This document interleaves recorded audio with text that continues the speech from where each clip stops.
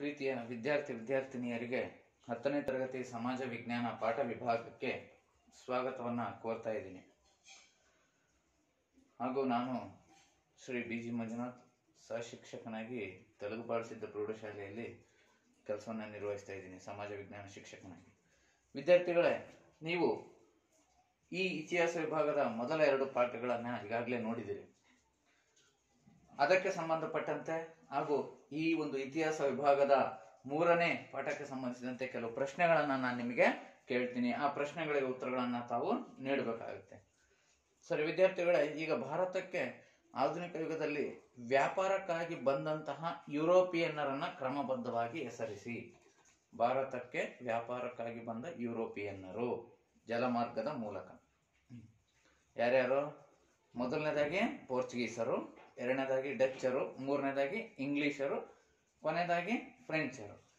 ಇವರಲ್ಲಿ ದೀರ್ಘಕಾಲ ಉಳಿದವರು ಯಾರು ಭಾರತದಲ್ಲಿ? ಡಚ್ಚರು, ಫ್ರೆಂಚರು, ಬ್ರಿಟಿಷರು, ಪೋರ್ಚುಗೀಸರು. ಯಾರು ದೀರ್ಘಕಾಲ ಉಳಿದವರು? ಬ್ರಿಟಿಷರು ಅಲ್ವಾ? ಸರಿ ವಿದ್ಯಾರ್ಥಿಗಳೇ, ಪ್ಲಾಸಿ ಕದನ, ಬಕ್ಸಾರ್ ಕದನ, ಕರ್ನಾಟಿಕ್ ಯುದ್ಧಗಳು ಇವೆಲ್ಲವನ್ನ ನೀವು ತಿಳ್ಕೊಂಡಿದ್ದೀರಿ. ಈ ಕದನಗಳ ಪರಿಣಾಮಗಳೇ ಬ್ರಿಟಿಷರು ಜಯಗಳಿಸಿರ್ತಕ್ಕಂಥದ್ದು ಮತ್ತು ಇಡೀ ಭಾರತವನ್ನ ತಮ್ಮ ಹಿಡಿತಕ್ಕೆ ತೆಗೆದುಕೊಂಡಿರ್ತಕ್ಕಂಥದ್ದು ಅಲ್ವಾ ವಿದ್ಯಾರ್ಥಿಗಳೇ? ಸೊ ಈಗ ಬ್ರಿಟಿಷರ ಮೂಲ ಉದ್ದೇಶ ಏನಾಗಿತ್ತು? ಭಾರತಕ್ಕೆ ಬಂದಿದ್ದು ವ್ಯಾಪಾರ ಮಾಡುವ ಉದ್ದೇಶ. ಆದ್ರೆ ಇಲ್ಲಿ ಭಾರತೀಯ ರಾಜರ ಅನೈಕ್ಯತೆ, ಒಗ್ಗಟ್ಟಿನ ಕೊರತೆ, ಆಂತರಿಕ ಜಗಳ ಇವೆಲ್ಲವುಗಳ ಲಾಭವನ್ನ ಪಡೆದು ಬ್ರಿಟಿಷರು ಏನ್ ಮಾಡಿದ್ರು? ಈಗ ತಮ್ಮ ಸಾಮ್ರಾಜ್ಯವನ್ನ ಇಲ್ಲಿ ವಿಸ್ತರಿಸತೊಡಗಿದ್ರು. ಅಂದ್ರೆ ಈಸ್ಟ್ ಇಂಡಿಯಾ ಕಂಪನಿ ಏನು ವ್ಯಾಪಾರಕ್ಕಾಗಿ ಬಂದಿತ್ತು, ಆ ಈಸ್ಟ್ ಇಂಡಿಯಾ ಕಂಪನಿ ಇನ್ನು ಮುಂದೆ ಇಲ್ಲಿ ಸಾಮ್ರಾಜ್ಯವನ್ನ ಸ್ಥಾಪಿಸತೊಡಗಿತು. ಯಾವ ದೇಶದಲ್ಲಿ? ಭಾರತ ದೇಶದಲ್ಲಿ. ಹಾಗಾಗಿ ಬಹುತೇಕ ಯುದ್ಧಗಳ ಮೂಲಕ, ಈ ಒಂದು ಸಂಧಾನಗಳ ಮೂಲಕ, ಅನೇಕ ನೀತಿಗಳ ಮೂಲಕ, ಅಂದ್ರೆ ಸಹಾಯಕ ಸೈನ್ಯ ಪದ್ಧತಿ ಆಗಿರ್ಬೋದು, ಅದೇ ರೀತಿಯಾಗಿ ದತ್ತು ಮಕ್ಕಳಿಗೆ ಹಕ್ಕಿಲ್ಲ ನೀತಿ ಅಂತ ಆಗಿರ್ಬೋದು, ಈ ಒಂದು ನೀತಿಗಳ ಮೂಲಕನೂ ಇಡೀ ನಮ್ಮ ಭಾರತ ದೇಶವನ್ನ ವಶಪಡಿಸಿಕೊಂಡಿದ್ದಾರೆ. ಯಾರು? ಬ್ರಿಟಿಷರು. ಸರಿ ವಿದ್ಯಾರ್ಥಿಗಳೇ, ಈಗ ಭಾರತವನ್ನೆಲ್ಲ ವಶಪಡಿಸ್ಕೊಂಡ್ಮೇಲೆ ಇಲ್ಲಿ ಸುವ್ಯವಸ್ಥಿತವಾದ ಆಡಳಿತವನ್ನ ಅವರು ಜಾರಿಗೆ ತರಬೇಕಾಗಿತ್ತು. ಅಷ್ಟೇ ಅಲ್ಲದೆ ಅದನ್ನ ದೀರ್ಘಕಾಲ ತಮ್ಮ ನಿಯಂತ್ರಣದಲ್ಲಿ ಇಟ್ಕೊಳ್ಬೇಕಾಗಿತ್ತು. ಇದಕ್ಕೆ ಅನೇಕ ಸುಧಾರಣೆಗಳನ್ನ ಬ್ರಿಟಿಷರು ಜಾರಿಗೆ ತಂದಿದ್ದಾರೆ ಅಲ್ವಾ? ಈ ಸುಧಾರಣೆಗಳಿಂದ ಭಾರತದ ಮೇಲೆ ಯಾವ ಪರಿಣಾಮಗಳು ಉಂಟಾದವು ಅನ್ನೋದನ್ನ ನಾವಿವತ್ತು ಈ ಪಾಠದಲ್ಲಿ ತಿಳಿದುಕೊಳ್ಬೇಕಾಗಿದೆ. ನೋಡಿ, ಇಡೀ ಭಾರತವನ್ನ ತಮ್ಮ ಅಧೀನಕ್ಕೆ ತೆಗೆದುಕೊಂಡ ಮೇಲೆ ಬ್ರಿಟಿಷ್ ಈಸ್ಟ್ ಇಂಡಿಯಾ ಕಂಪನಿಯವರು ಇಲ್ಲಿ ಯಾವ ರೀತಿ ಆಡಳಿತ ಪದ್ಧತಿನ ಅನುಸರಿಸಿದ್ರು, ಮತ್ತೆ ಆ ಆಡಳಿತ ಪದ್ಧತಿಯಿಂದ ಏನೆಲ್ಲ ಪರಿಣಾಮಗಳು ಉಂಟಾದವು ಅನ್ನೋದನ್ನ ನಾವು ಪಾಠದಲ್ಲಿ ತಿಳ್ಕೊಂತೀವಿ. ಹಾಗಾದ್ರೆ 10ನೇ ತರಗತಿಯ ಇತಿಹಾಸ ವಿಭಾಗದ 3ನೇ ಪಾಠ ಬ್ರಿಟಿಷ್ ಆಳ್ವಿಕೆಯ ಪರಿಣಾಮಗಳು, ಇದ್ರ ಬಗ್ಗೆ ನಾವೀಗ ತಿಳ್ಕೊಳ್ಳೋಣ. ಇದಕ್ಕಿಂತ ಮುಂಚೆ ನೀವು ರಫ್ ನೋಟಲ್ಲಿ ಈ ಪಾಠಕ್ಕೆ ಸಂಬಂಧಿಸಿದಂತೆ ಪ್ರಮುಖ ಟಿಪ್ಪಣಿಗಳನ್ನು ನಿಮಗೆ ತಿಳಿಸ್ಕೊಡ್ತೀನಿ, ಅವನ್ನ ಬರ್ಕೋಬೇಕಾಗುತ್ತೆ ವಿದ್ಯಾರ್ಥಿಗಳೇ. ಬ್ರಿಟಿಷ್ ಆಳ್ವಿಕೆಯ ಪರಿಣಾಮಗಳು.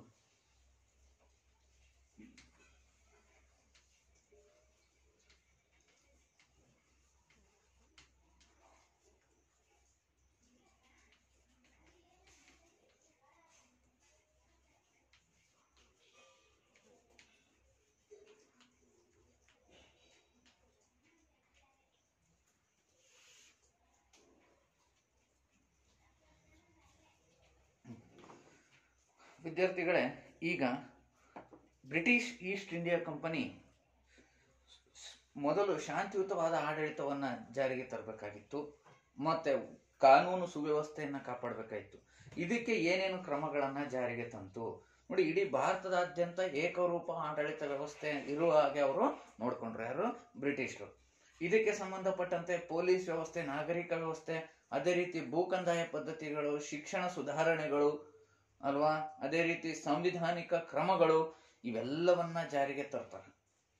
ಅನೇಕ ಕಾನೂನುಗಳು, ಇವೆಲ್ಲ ಅಂಶಗಳನ್ನ ನಾವು ಇವತ್ತು ಈ ಪಾಠದಲ್ಲಿ ತಿಳ್ಕೊಂತೀವಿ.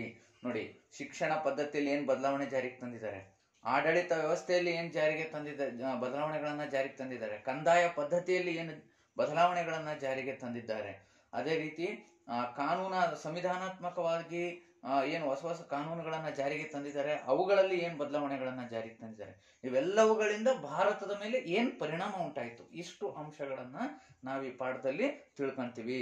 ಮೊದಲನೇದಾಗಿ ಇವರು ಏಕರೂಪ ಆಡಳಿತ ವ್ಯವಸ್ಥೆಯನ್ನ ಜಾರಿಗೆ ತರಲಿಕ್ಕೆ ಯಾವ್ಯಾವ ಬದಲಾವಣೆಗಳನ್ನ ಜಾರಿಗೆ ತಂದ್ರು ಆಡಳಿತದಲ್ಲಿ, ಅದರಿಂದ ಏನ್ ಪರಿಣಾಮಗಳು ಉಂಟಾಯ್ತು ಅಂತ ತಿಳ್ಕೊಳ್ಳೋಣ. ಮೊದಲಿಗೆ ಆಡಳಿತ ವ್ಯವಸ್ಥೆಯಲ್ಲಿ ಏನು ಬದಲಾವಣೆ ಜಾರಿಗೆ ತಂದ್ರು ಮತ್ತೆ ಅಲ್ಲಿ ಏನು ಪರಿಣಾಮಗಳು ಉಂಟಾದವು ನೋಡಿ. ಸೊ ಆಡಳಿತ, ನ್ಯಾಯಾಂಗ ವ್ಯವಸ್ಥೆ, ಅದೇ ರೀತಿ ಕಂದಾಯ ಪದ್ಧತಿ, ಅದೇ ರೀತಿ ಶಿಕ್ಷಣ ಅಲ್ವಾ. ಸೊ ಈ ರೀತಿ ಒಂದೊಂದು ಪಾಯಿಂಟ್ಗೆ ಸಂಬಂಧಪಟ್ಟಂತೆ, ಒಂದೊಂದು ವಿಭಾಗಕ್ಕೆ ಸಂಬಂಧಪಟ್ಟಂತೆ ಏನು ಬದಲಾವಣೆ, ಏನು ಪರಿಣಾಮ, ಈ ರೀತಿ ಸಂಕ್ಷಿಪ್ತವಾದಂತಹ ಪಾಯಿಂಟ್ಗಳನ್ನ ನೀವು ಬರ್ಕೋಬೇಕಾಗುತ್ತೆ ನೋಟ್ಸಲ್ಲಿ. ಮೊದಲಿಗೆ ಆಡಳಿತ ವ್ಯವಸ್ಥೆಯಲ್ಲಿ ಜಾರಿಗೆ ತಂದಂತ ಬದಲಾವಣೆಗಳು.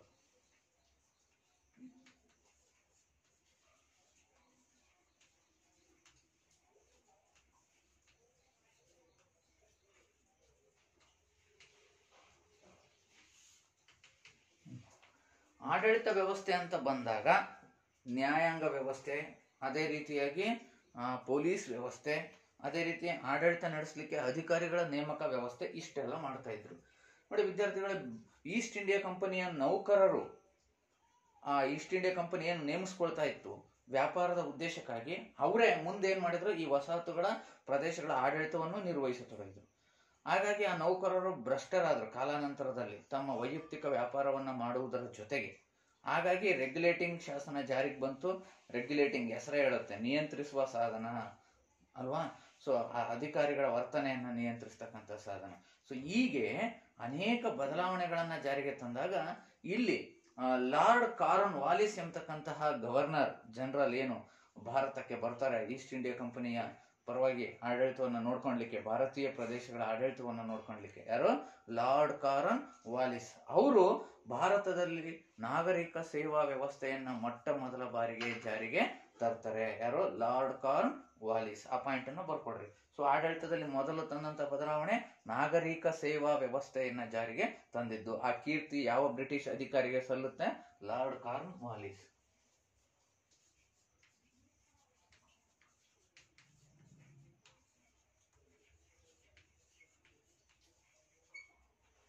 ಯಾವ ಒಂದು ವ್ಯವಸ್ಥೆಯನ್ನ ಜಾರಿಗೆ ತರ್ತಾರೆ, ನಾಗರಿಕ ಸೇವಾ ವ್ಯವಸ್ಥೆ.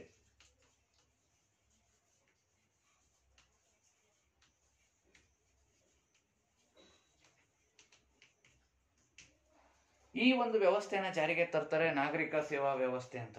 ವಿದ್ಯಾರ್ಥಿಗಳೇ, ನೀವೆಲ್ಲರೂ ಕೂಡ ಈ ಒಂದು ಲಾರ್ಡ್ ಕಾರ್ನ್ ವಾಲಿಸನ ಚಿತ್ರವನ್ನು ನಾನು ನಿಮಗೆ ತೋರಿಸ್ತೀನಿ, ಅವರನ್ನ ನಿಮ್ಗೆ ಗಮನಿಸಬೇಕು. ಇವರು British governor general lord ಕಾರನ್ Wallis.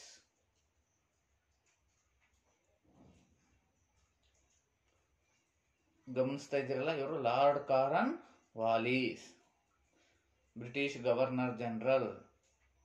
ಇವರು ನಾಗರಿಕ ಸೇವಾ ವ್ಯವಸ್ಥೆನ ಜಾರಿಗೆ ತಂದಿದ್ದಾರೆ. ಸರಿ ವಿದ್ಯಾರ್ಥಿಗಳು, ಈ ನಾಗರಿಕ ಸೇವಾ ವ್ಯವಸ್ಥೆಯನ್ನು ಯಾಕೆ ಜಾರಿಗೆ ತಂದಿದ್ದಾರೆ? ಆಡಳಿತ ನಡೆಸಲಿಕ್ಕೆ, ಅಂದ್ರೆ ಈಸ್ಟ್ ಇಂಡಿಯಾ ಕಂಪನಿಯ ನೌಕರರಾಗಿ ಸೇರ್ಕೊಂಡು ಆ ಬ್ರಿಟಿಷರ ಆಡಳಿತದಲ್ಲಿ ಪಾಲ್ಗೊಳ್ಳಿಕ್ಕೆ ಅರ್ಹತೆ, ಆ ಒಂದು ಸ್ಪರ್ಧಾತ್ಮಕ ಪರೀಕ್ಷೆನ ಇಡ್ತಾ ಇದ್ರು. ಆ ಪರೀಕ್ಷೆಯಲ್ಲಿ ಪಾಸ್ ಆಗಿ ಆ ಒಂದು ನಾಗರಿಕ ಸೇವೆಗೆ ಸೇರ್ಕೊಂಡ್ಬಿಟ್ಟು ಆ ಆಡಳಿತದಲ್ಲಿ ವಿವಿಧ ಹುದ್ದೆಗಳನ್ನ ಹೊಂದಿ ಸುವ್ಯವಸ್ಥಿತವಾಗಿ ಆಡಳಿತ ನಡೆಸಬೇಕಾಯ್ತು. ಆದ್ರೆ ಆ ಈಸ್ಟ್ ಇಂಡಿಯಾ ಕಂಪನಿಯ ನಿರ್ದೇಶಕರ ನಿರ್ಲಕ್ಷ್ಯತೆಯಿಂದಾಗಿ ಈ ನಾಗರಿಕ ಸೇವೆ ವ್ಯವಸ್ಥೆ ಸುವ್ಯವಸ್ಥಿತವಾಗಿ ಜಾರಿಗೆ ಬರಲಿಲ್ಲ. ಆದ್ರೆ ಇಂಗ್ಲೆಂಡ್ನ ಸರ್ಕಾರ 1853ರ ಶಾಸನವನ್ನ ಜಾರಿಗೆ ತರುತ್ತೆ. 1853ರ ಚಾರ್ಟರ್ ಶಾಸನ. ಆ ಶಾಸನದ ಮೂಲಕ ಈ ಒಂದು ಸಿವಿಲ್ ಸರ್ವಿಸ್ ಪರೀಕ್ಷೆಯನ್ನ ಪರಿಚಯಿಸಿ, ಆ ಸಿವಿಲ್ ಸರ್ವಿಸ್ ಪರೀಕ್ಷೆಯಲ್ಲಿ ಆಯ್ಕೆ ಆದಂತವರಿಗೆ ಈ ಒಂದು ನಾಗರಿಕ ಸೇವಾ ವ್ಯವಸ್ಥೆಗೆ, ಈ ಒಂದು ನಾಗರಿಕ ಸೇವೆಗೆ ಸೇರ್ಲಿಕ್ಕೆ ಅವಕಾಶವನ್ನ ಮಾಡಿಕೊಡ್ತು ಬ್ರಿಟಿಷ್ ಸರ್ಕಾರದ 1853ರ ಶಾಸನ. ಹಾಗಾಗಿ 1853ರಲ್ಲಿ ಈ ಒಂದು ಸ್ಪರ್ಧಾತ್ಮಕ ಸಿವಿಲ್ ಸರ್ವಿಸ್ ಪರೀಕ್ಷೆಯನ್ನ ಬರೀಬೇಕಾಗಿತ್ತು.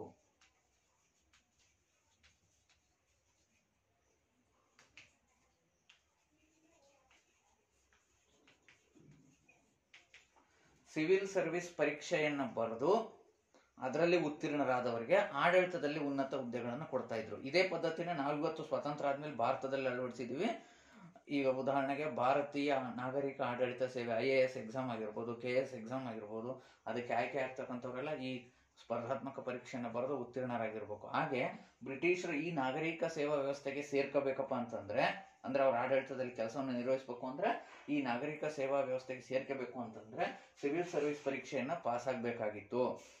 ಈ ಸಿವಿಲ್ ಸರ್ವಿಸ್ ಪರೀಕ್ಷೆಗೆ ಓದ್ಲಿಕ್ಕೆ, ಅಧ್ಯಯನ ನಡೆಸಲಿಕ್ಕೆ ಅಂತಾನೆ ಈ ಕಾರ್ನ್ವಾಲಿಸ್ ಏನ್ ಮಾಡ್ದು, ಕಲ್ಕತ್ತಾದ ಫೋರ್ಟ್ ವಿಲಿಯಂ ಕೋಟೆ ಏನಿತ್ತು, ಆ ಕಲ್ಕತ್ತಾದಲ್ಲಿ ಫೋರ್ಟ್ ವಿಲಿಯಂ ಕಾಲೇಜ್ ಅನ್ನ ಸ್ಥಾಪಿಸ್ತಾರೆ. ಕಲ್ಕತ್ತಾದಲ್ಲಿ ಫೋರ್ಟ್ ವಿಲಿಯಂ ಕಾಲೇಜ್. ಯಾರು? Lord corn Wallis. ಯಾಕಪ್ಪ ಅಂತಂದ್ರೆ ಈ ಒಂದು ಸಿವಿಲ್ ಸರ್ವಿಸ್ ಪರೀಕ್ಷೆಯಲ್ಲಿ ಉತ್ತೀರ್ಣರಾಗ್ಲಿಕ್ಕೆ. ಆದ್ರೆ ಬಹುತೇಕವಾಗಿ ಇಷ್ಟು ಬದಲಾವಣೆನ ಜಾರಿಗೆ ತಂದ್ರು ಆಡಳಿತ ವ್ಯವಸ್ಥೆಯಲ್ಲಿ.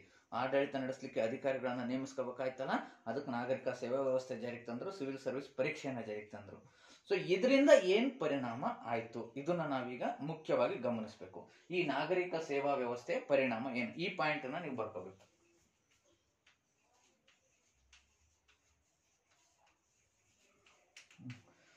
ನೋಡಿ, ಬಹುತೇಕವಾಗಿ ಈ ಸಿವಿಲ್ ಸರ್ವಿಸ್ ಪರೀಕ್ಷೆಯಲ್ಲಿ ಉತ್ತೀರ್ಣರಾಗುತ್ತಿದ್ದಂಥವರು ಬ್ರಿಟಿಷ್ ಪ್ರಜೆಗಳು. ಹಾಗಾಗಿ ಆ ಬ್ರಿಟಿಷ್ ನಾಗರಿಕ ಸೇವೆಯಲ್ಲಿ ಹೆಚ್ಚಾಗಿ ಕೆಲಸ ಮಾಡ್ತಕ್ಕಂಥವ್ರು ಯಾವ ದೇಶದ ಪ್ರಜೆಗಳಾಗಿದ್ರು? ಬ್ರಿಟಿಷ್ ಇಂಗ್ಲೆಂಡ್ ದೇಶದ ಪ್ರಜೆಗಳೇ ಆಗಿದ್ರು, ಅಂದ್ರೆ ಬ್ರಿಟಿಷರೇ ಆಗಿದ್ರು. ಭಾರತೀಯರಿಗೆ ಈ ಸಿವಿಲ್ ಸರ್ವಿಸ್ ಪರೀಕ್ಷೆಯನ್ನ ಪಾಸ್ ಮಾಡಕ್ ಆಗ್ತಿದ್ದಿಲ್ಲ. ಅಷ್ಟೇ ಅಲ್ಲದೆ ನೋಡಿ, ಪಾಸ್ ಮಾಡಿದ್ರು. ಉದಾಹರಣೆಗೆ ಸುಭಾಷ್ ಚಂದ್ರ ಬೋಸ್ ಆಗಿರ್ಬೋದು, ಸುರೇಂದ್ರನಾಥ್ ಬ್ಯಾನರ್ಜಿ ಆಗಿರ್ಬೋದು, ಅಲ್ವಾ? ಆದ್ರೆ ಬಹುತೇಕ ಭಾರತೀಯರು ಈ ಪರೀಕ್ಷೆಯನ್ನು ಪಾಸ್ ಮಾಡಿದ್ದಿಲ್ಲ. ಅಷ್ಟೇ ಅಲ್ಲದೆ ಈ ಒಂದು ಆಡಳಿತದಲ್ಲಿ ತಮ್ಮ ಒಂದು ದಕ್ಷತೆಯನ್ನ, ಪ್ರಾಮಾಣಿಕತೆಯನ್ನ ತೋರಿಸ್ತಿರ್ಲಿಲ್ಲ ಆಯ್ಕೆಯಾದಂತ ಭಾರತೀಯರು ಕೆಲವರು. ಆದ್ರಿಂದ ಆ ಕಾರ್ನ್ವಾಲಿಸ್ ಏನ್ ಮಾಡಿದ್ದಾರೆ, ಈ ಒಂದು ಹೇಳಿಕೆಯನ್ನ ನೀಡಿದ್ದಾರೆ. ಏನಪ್ಪಾ ಅಂತಂದ್ರೆ, ಹಿಂದೂಸ್ತಾನದಲ್ಲಿರುವ ಪ್ರತಿಯೊಬ್ಬ ಮೂಲ ನಿವಾಸಿಯು ಭ್ರಷ್ಟ ಎಂಬತಕ್ಕಂಥ, ಹಿಂದೂಸ್ತಾನದಲ್ಲಿರುವ ಪ್ರತಿಯೊಬ್ಬ ಮೂಲ ನಿವಾಸಿಯು ಅಂದ್ರೆ ಭಾರತೀಯ ಪ್ರಜೆಗಳು ಕಡು ಭ್ರಷ್ಟರು ಎಂದು ಹೇಳಿದ್ದಾನೆ. ಯಾರು? Lord Cornwallis. ಹಾಗಾಗಿ ಆ ನಾಗರಿಕ ಸೇವೆಗೆ ಆಯ್ಕೆಯಾಗಿರ್ತಕ್ಕಂಥವ್ರು ಯಾರು? ಬಹುತೇಕ ಭಾರತೀಯರು ಬ್ರಿಟಿಷ್ ಪ್ರಜೆಗಳು. ಭಾರತೀಯ ಪ್ರಜೆಗಳು ಆಯ್ಕೆ ಆಗ್ತಿದ್ದಿಲ್ಲ. ಆಯ್ಕೆ ಆದ್ರೂ ಉನ್ನತ ಹುದ್ದೆಗಳನ್ನ ಯಾರಿಗೆ ಕೊಡ್ತಾ ಇದ್ರು? ಬ್ರಿಟಿಷ್ ಪ್ರಜೆಗಳಿಗೆ ನೀಡ್ತಾ ಇದ್ರು. ಇದು ಪ್ರಮುಖವಾದಂತ ಪರಿಣಾಮ. ಸೊ ವಿದ್ಯಾರ್ಥಿಗಳೇ, ಆ ಸಿವಿಲ್ ನಾಗರಿಕ ಸೇವಾ ವ್ಯವಸ್ಥೆನ ಜಾರಿಗೆ ತಂದಿದ್ದರ ಪ್ರಮುಖ ಪರಿಣಾಮ ಏನಪ್ಪಾ ಅಂತಂದ್ರೆ, ಆಡಳಿತ ನಡೆಸುವಲ್ಲಿ ಹೆಚ್ಚಾಗಿ ಬ್ರಿಟಿಷ್ ಪ್ರಜೆಗಳೇ ಸೇರಿಕೊಳ್ಳುತ್ತಿದ್ದರು. ಭಾರತೀಯ ಪ್ರಜೆಗಳಿಗೆ ಅಲ್ಲಿ ಕಡಿಮೆ ಅವಕಾಶಗಳಿತ್ತು. ಬಹಳಷ್ಟು ಜನ ಭಾರತೀಯರು ಸೇರ್ಕೊಂಡಿಲ್ಲ. ಮೊದಲನೇ ಪರಿಣಾಮ ಏನು? ಬ್ರಿಟಿಷ್ ಪ್ರಜೆಗಳೇ ಹೆಚ್ಚಿನ ಸಂಖ್ಯೆಯಲ್ಲಿ ನಾಗರಿಕ ಸೇವಾ ವ್ಯವಸ್ಥೆಗೆ ಸೇರಿದ್ರು, ಭಾರತೀಯರಿಗೆ ಈ ಅವಕಾಶ ಸಿಗಲಿಲ್ಲ. ಇಷ್ಟು ಪರಿಣಾಮ ಈ ಒಂದು ಆಡಳಿತ ಪದ್ಧತಿಗೆ ಸಂಬಂಧಪಟ್ಟಂತೆ. ಇನ್ನ ಈ ಒಂದು ಲಾರ್ಡ್ ಕಾರ್ನ್ ವಾಲಿಸ್ ರವರೇ ಈ ಒಂದು ಪೊಲೀಸ್ ವ್ಯವಸ್ಥೆಯನ್ನು ಕೂಡ ಜಾರಿಗೆ ತರ್ತಾರೆ, ಸುವ್ಯವಸ್ಥಿತವಾಗಿ ಶಾಂತಿಯುತವಾಗಿ ಆಡಳಿತವನ್ನ ನಡೆಸಲಿಕ್ಕೆ. ಹಾಗಾದ್ರೆ ಈ ಒಂದು ನಾಗರಿಕ ಸೇವಾ ವ್ಯವಸ್ಥೆ ಆದ್ಮೇಲೆ ಎರಡನೇ ಬದಲಾವಣೆ ಅಂತಂದ್ರು ಆಡಳಿತದಲ್ಲಿ ಪೊಲೀಸ್ ವ್ಯವಸ್ಥೆಯನ್ನ ಜಾರಿಗೆ ತರ್ತಾರೆ. ಬರ್ಕೊಡ್ರಿ ವಿದ್ಯಾರ್ಥಿಗಳು. ಪೊಲೀಸ್ ವ್ಯವಸ್ಥೆ ಆಡಳಿತದಲ್ಲಿ ಒಂದು ನಾಗರಿಕ ವ್ಯವಸ್ಥೆ, ಇನ್ನೊಂದು ಯಾವುದು? ಪೊಲೀಸ್ ವ್ಯವಸ್ಥೆ.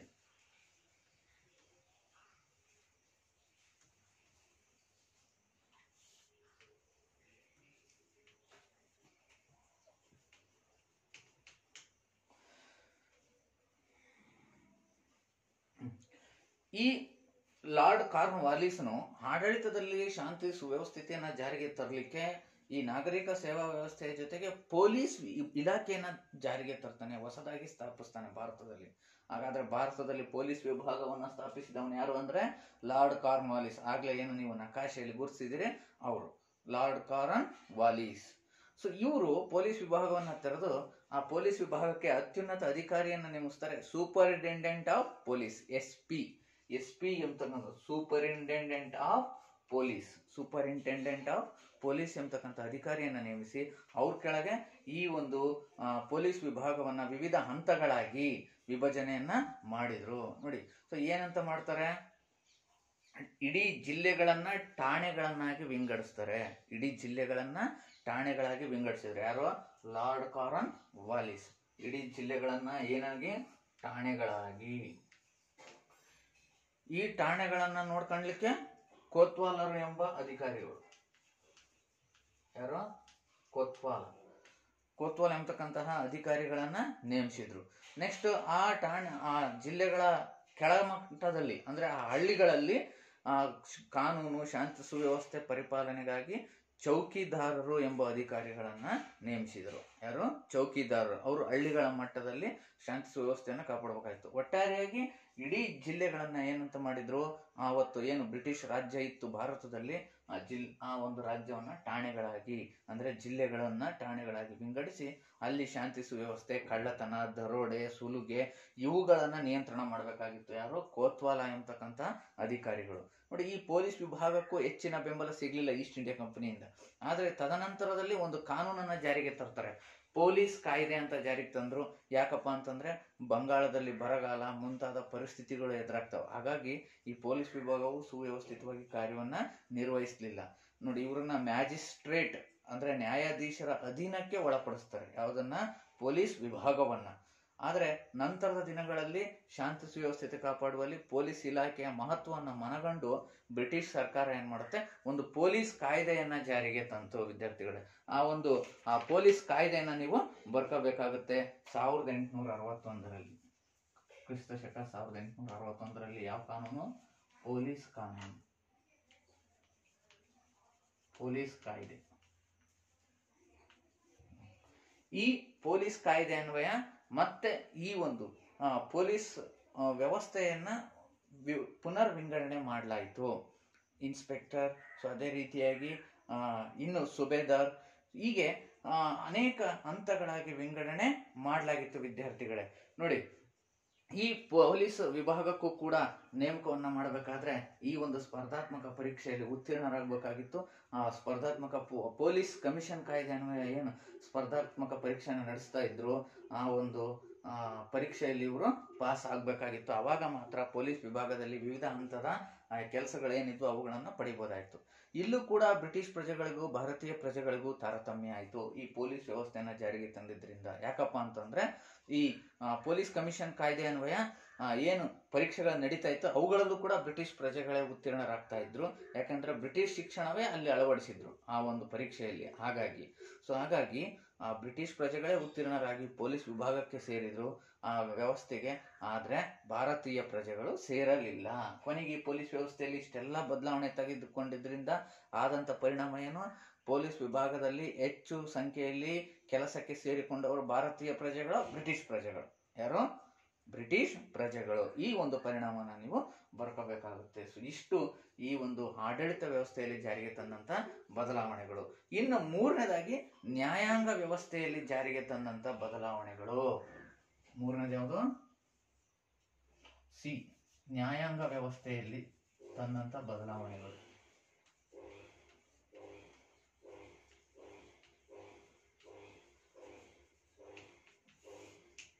ನೋಡಿ ವಿದ್ಯಾರ್ಥಿಗಳು, ಬ್ರಿಟಿಷರು ಭಾರತದಲ್ಲಿ ಏನು ತಮ್ಮ ಅಧೀನಕ್ಕೆ ತೆಗೆದುಕೊಂಡ್ರು ಅಲ್ಲಿವರೆಗೂ ಹಿಂದೂ ಸಂಪ್ರದಾಯದ ಕಾನೂನುಗಳು, ಮುಸ್ಲಿಂ ಸಂಪ್ರದಾಯದ ಕಾನೂನುಗಳಂತೆ ನ್ಯಾಯದಾನದ ವ್ಯವಸ್ಥೆಯನ್ನೇ ಮುಂದುವರಿಸಿಕೊಂಡು ಹೋಗಿದ್ರು. ಅಂದ್ರೆ ಮುಸ್ಲಿಮರು ಶರಿಯತ್ ಕಾನೂನಿನ ಪ್ರಕಾರ, ಹಿಂದೂಗಳು ತಮ್ಮ ಏನು ಶಾಸ್ತ್ರ ಗ್ರಂಥಗಳು ಹೇಳ್ತವೆ ಅವುಗಳ ಪ್ರಕಾರ ನ್ಯಾಯ ತೀರ್ಮಾನವನ್ನ ಮಾಡ್ತಕ್ಕಂಥ ವ್ಯವಸ್ಥೆಯನ್ನ ಮುಂದುವರಿಸಿದ್ರು. ಆದ್ರೆ ವಾರನ್ ಹೇಸ್ಟಿಂಗ್ಸ್ ನಿಂದ ಈ ಒಂದು ಕಾನೂನು ಸುವ್ಯವಸ್ಥೆಯಲ್ಲಿ ಬದಲಾವಣೆ ಆಗೋದನ್ನ ನಾವು ಗಮನಿಸ್ತೀವಿ ವಿದ್ಯಾರ್ಥಿ. ಈ ವಾರನ್ ಹೇಸ್ಟಿಂಗ್ಸ್ ಅವರ ನೇತೃತ್ವದಲ್ಲಿ ಒಂದು ಹೊಸದಾಗಿ ನ್ಯಾಯಾಲಯ ವ್ಯವಸ್ಥೆಯನ್ನ ರೂಪಿಸ್ತಾರೆ. ಆ ನ್ಯಾಯಾಲಯ ವ್ಯವಸ್ಥೆ 2 ರೀತಿಯ ನ್ಯಾಯಾಲಯಗಳನ್ನ ಒಳಗೊಂಡಿತ್ತು. ಸರಿ ವಿದ್ಯಾರ್ಥಿಗಳು, ಈಗ ನೀವು ವಿದ್ಯಾರ್ಥಿಗಳ ಈ ಒಂದು ಭಾವಚಿತ್ರದಲ್ಲಿ ನೀವು ಗಮನಿಸ್ತಾ ಇದ್ದೀರಿ, ಇದು ಯಾರ ಭಾವಚಿತ್ರ? ಇದು ವಾರನ್ ಹೇಸ್ಟಿಂಗ್ಸ್. ಗಮನಿಸ್ತಾ ಇದ್ದೀರಲ್ಲ, ಈ ವಾರನ್ ಹೇಸ್ಟಿಂಗ್ಸ್ ರವರು ಭಾರತದಲ್ಲಿ 2 ರೀತಿಯ ನ್ಯಾಯಾಲಯ ವ್ಯವಸ್ಥೆನ ಜಾರಿಗೆ ತಂದು ಅದರ 2 ವಿಭಾಗಗಳನ್ನು ಏನಂತ ಕರೆದಿದ್ದಾರೆ? ಒಂದು ದಿವಾನಿ ಅದಾಲತ್, ಮತ್ತೊಂದು ಫೌಜುದಾರಿ ಅದಾಲತ್ ಅಂತ 2 ರೀತಿಯ ಈ ಒಂದು ನ್ಯಾಯಾಲಯ ವ್ಯವಸ್ಥೆನ ಜಾರಿಗೆ ತಂದಿದ್ದಾರೆ. ಬರ್ಕೋಬೇಕಾಗುತ್ತೆ. ವಾರನ್ ಹೇಸ್ಟಿಂಗ್ಸ್ ರವರು ಈ ಒಂದು ನ್ಯಾಯಾಂಗ ವ್ಯವಸ್ಥೆಯಲ್ಲಿ ಸುಧಾರಣೆಯನ್ನು ಜಾರಿಗೆ ತಂದು ದಿವಾನಿ ಅದಾಲತ್ ಮತ್ತು ಫೌಜುದಾರಿ ಅದಾಲತ್ ಎಂಬ 2 ನ್ಯಾಯಾಲಯಗಳನ್ನು ಸ್ಥಾಪನೆ ಮಾಡಿರುವುದು. ಸರಿ ವಿದ್ಯಾರ್ಥಿಗಳೇ, ಹಾಗಾದ್ರೆ ಈ ದಿವಾನಿ ಅದಾಲತ್ ಮತ್ತು ಫೌಜುದಾರಿ ಅದಾಲತ್ ಎಂಬತಕ್ಕಂತಹ ನ್ಯಾಯಾಲಯಗಳು ಯಾವುದರ ಬಗ್ಗೆ ಕಾರ್ಯವನ್ನ ನಿರ್ವಹಿಸ್ತವೆ ನೋಡಿ. ದಿವಾನಿ ಅದಾಲತ್ ಅಂತಂದ್ರೆ ನಾಗರಿಕ ವ್ಯವಹಾರಗಳ ಬಗ್ಗೆ. ದಿವಾನಿ ಅದಾಲತ್ ಅಂತಂದ್ರೆ ನಾಗರಿಕ ವ್ಯವಹಾರಗಳ ಬಗ್ಗೆ. ಹಾಗೆಯೇ ಫೌಜದಾರಿ ಅದಾಲತ್ ಅಂತಂದ್ರೆ ಅಪರಾಧ ಮಾಡಿರ್ತಕ್ಕಂಥ ಮೊಕದ್ದಮೆಗಳಿಗೆ ಬಗ್ಗೆ, ಅಪರಾಧ ಮೊಕದ್ದಮೆಗಳು, ಕಳ್ಳತನ ಆಗಿರ್ಬೋದು, ಅದೇ ರೀತಿ ಕೊಲೆ ಆಗಿರ್ಬೋದು, ಇವುಗಳಿಗೆ ಸಂಬಂಧಪಟ್ಟಂತೆ. ಇನ್ನು ನಾಗರಿಕ ವ್ಯವಹಾರಗಳ ಮೊಕದ್ದಮೆಗೆ ಸಂಬಂಧಪಟ್ಟಂತೆ ದಿವಾನಿ ಅದಾಲತ್ ನ್ಯಾಯಾಲಯ ವಿಚಾರಣೆ ನಡೆಸಿ ತೀರ್ಪನ್ನು ನೀಡುತ್ತೆ. ಅಪರಾಧ ವಿಷಯಗಳಿಗೆ ಸಂಬಂಧಪಟ್ಟಂತೆ ಫೌಜದಾರಿ ಅದಾಲತ್ ನ್ಯಾಯಾಲಯ ವಿಚಾರಣೆ ನಡೆಸಿ ತೀರ್ಪನ್ನ ನೀಡುತ್ತೆ ವಿದ್ಯಾರ್ಥಿಗಳು. ಸೊ ನೋಡಿ, ಈ ಒಂದು ಕಾನೂನುಗಳು ಮೊಟ್ಟ ಮೊದಲ ಬಾರಿಗೆ ದಿವಾನಿ ಅದಾಲತ್ನಲ್ಲಿ ಬ್ರಿಟಿಷರು ತಮ್ಮ ಕಾನೂನುಗಳನ್ನು ಅಳವಡಿಸಿ ಒಂದು ತೀರ್ಪನ್ನ ನೀಡ್ತಾ ಇದ್ರು, ತೀರ್ಪುಗಳನ್ನ. ಆದ್ರೆ ಫೌಜದಾರಿ ಅದಾಲತ್ನಲ್ಲಿ ಮುಸ್ಲಿಮರ ಕಾನೂನುಗಳ ಮೂಲಕವೇ ತೀರ್ಪನ್ನ ನೀಡ್ತಾ ಇದ್ರು. ಶರಿಯತ್ ಕಾನೂನುಗಳ ಪ್ರಕಾರ ತೀವ್ರವಾದ ಶಿಕ್ಷೆಗೆ ಗುರಿಪಡಿಸ್ತಾ ಇದ್ರು. ಆದ್ರೂ ನಂತರದ ದಿನಗಳೇನ್ ಮಾಡಿದ್ರು, ಆ ದಿವಾನಿ ಫೌಜದಾರಿ ಅದಾಲತ್ ಎಂಬ ಅಪರಾಧ ನ್ಯಾಯಾಲಯಗಳಿಗೆ ಸಂಬಂಧಪಟ್ಟಂತೆ ನ್ಯಾಯಾಧೀಶರನ್ನ ನೇಮಿಸುವ ಅಧಿಕಾರವನ್ನ ಬ್ರಿಟಿಷರು ಇಟ್ಕೊಂಡಿದ್ರಿಂದ ತಮಗೆ ಬೇಕಾದಂತವರನ್ನೇ, ಯುರೋಪಿಯನ್ನರನ್ನ ಈ ಬ್ರಿಟಿಷ್ ಅಧಿಕಾರಿಗಳನ್ನೇ ನ್ಯಾಯಾಲಯಗಳಿಗೆ ನ್ಯಾಯಾಧೀಶರಾಗಿ ನೇಮಿಸಿದ್ರು. ಸರಿ ವಿದ್ಯಾರ್ಥಿಗಳು, ಇವೆರಡು ಬದಲಾವಣೆಗಳನ್ನ ಜಾರಿಗೆ ತಂದಿರೋದ್ರಿಂದ ನ್ಯಾಯಾಂಗ ವ್ಯವಸ್ಥೆಯಲ್ಲಿ ಏನು ಪರಿಣಾಮಗಳು ಉಂಟಾದವು ಅದನ್ನ ನಾವೀಗ ಬರ್ಕೋಬೇಕಾಗಿದೆ. ನ್ಯಾಯಾಂಗ ವ್ಯವಸ್ಥೆಯಿಂದ ಉಂಟಾದಂತಹ ಪರಿಣಾಮಗಳು ಏನು ಅಂತಂದ್ಬಿಟ್ಟು, ಎರಡು ನ್ಯಾಯಾಲಯಗಳಲ್ಲಿ ನ್ಯಾಯಾಧೀಶರಾಗಿ ಬ್ರಿಟಿಷರೇ ನೇಮಕಗೊಳ್ಳುತ್ತಿದ್ದರು. ನ್ಯಾಯಾಧೀಶರಾಗಿ ಯಾರು ನೇಮಕಗೊಳ್ತಾ ಇದ್ರು?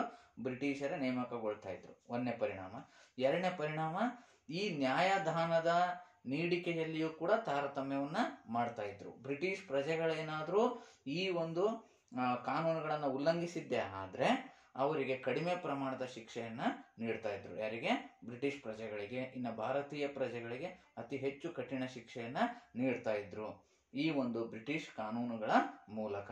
ಸೊ ಹಾಗಾಗಿ ನ್ಯಾಯದಾನದಲ್ಲೂ ಕೂಡ ತಾರತಮ್ಯವನ್ನ ಮಾಡ್ತಾ ಇದ್ರು. ಈ ಒಂದು ನ್ಯಾಯಾಂಗ ವ್ಯವಸ್ಥೆಯಿಂದ ಆದಂತ ಪರಿಣಾಮ ಸೊ ಏನಪ್ಪಾ ಕೊನೆಯದಾಗಿ ಅಂತಂದ್ರೆ ಈ ಪಾಯಿಂಟ್ ಅನ್ನ ನೀವು ಪರೀಕ್ಷೆಗೆ ಬರಿಬೇಕಾಗುತ್ತೆ. ಸೊ ಇನ್ನ ಈ ಒಂದು ನ್ಯಾಯಾಂಗ ಪದ್ಧತಿಯಲ್ಲಿ ಆದಂತ ಬದಲಾವಣೆಗಳನ್ನ ತಿಳ್ಕೊಂಡ್ವಿ. ಇನ್ನು ಮುಂದಿನ ತರಗತಿಯಲ್ಲಿ ನಾವು ಅಂದ್ರೆ ಮುಂದಿನ ಈ ವಿಭಾಗದಲ್ಲಿ ನಾವೇನ್ ಮಾಡ್ತೀವಪ್ಪ ಅಂತಂದ್ರೆ ಈ ನಾಗರಿಕ ಸೇವಾ ವ್ಯವಸ್ಥೆ ತಿಳ್ಕೊಂಡ್ವಿ, ಅದೇ ರೀತಿ ನ್ಯಾಯಾಂಗ ವ್ಯವಸ್ಥೆ ತಿಳ್ಕೊಂಡ್ವಿ. ಇನ್ನು ಸೈನ್ಯ ವ್ಯವಸ್ಥೆಯಲ್ಲಿ ಯಾವ ರೀತಿ ಬದಲಾವಣೆಗಳಾಗಿದಾವೆ ಅವನ್ನ ನಾವೀಗ ತಿಳ್ಕೊಳ್ಳೋಣ. ನೆಕ್ಸ್ಟ್ ಸೈನ್ಯ ವ್ಯವಸ್ಥೆ.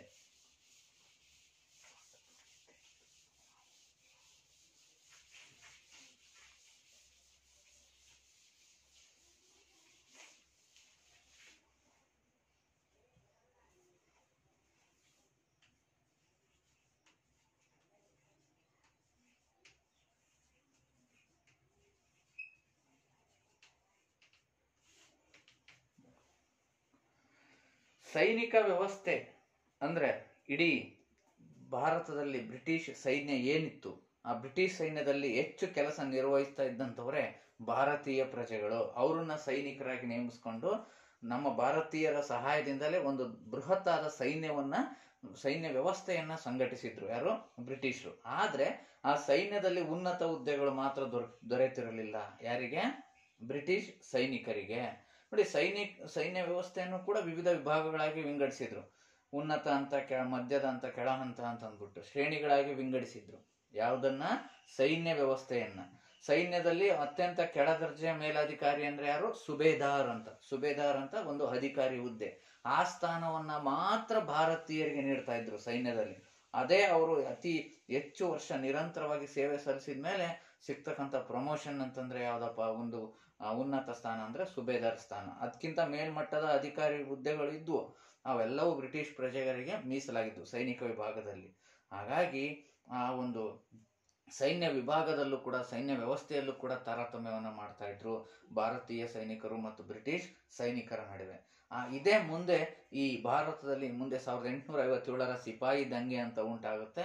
ಆ ಸಿಪಾಯಿ ದಂಗೆ ಇದು ಒಂದು ಆ ಸೈನ್ಯ ವ್ಯವಸ್ಥೆಯಲ್ಲೂ ಮಾಡಿದಂತ ಒಂದು ತಾರತಮ್ಯ ಕೂಡ ಪ್ರಮುಖ ಕಾರಣ ಆಗುತ್ತೆ ವಿದ್ಯಾರ್ಥಿಗಳು. ನೋಡಿ, ಸೊ ಇವರು ಭಾರತೀಯ ಪ್ರಜೆಗಳನ್ನ ಇಟ್ಕೊಂಡ್ರು, ಅವರ ಮೇಲೆ ನಿಯಂತ್ರಣವನ್ನು ಇಟ್ಕೊಂಡ್ಲಿಕ್ಕೆ ಆ ಸೈನ್ಯ ವ್ಯವಸ್ಥೆಯಲ್ಲೂ ಕೂಡ ವಿವಿಧ ರೀತಿಯ ಕಾನೂನುಗಳನ್ನ ಜಾರಿಗೆ ತಂದ್ರು.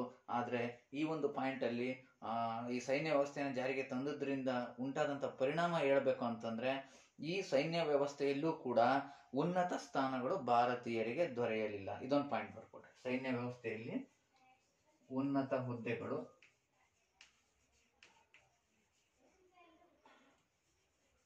ಭಾರತೀಯರಿಗಿರಲಿಲ್ಲ. ಭಾರತೀಯರಿಗೆ ಇರಲಿಲ್ಲ.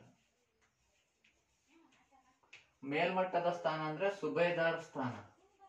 ಸುಬೇದಾರ್ ಸ್ಥಾನ ಮಾತ್ರ, ಸುಬೇದಾರ್ ಸ್ಥಾನ ಮಾತ್ರ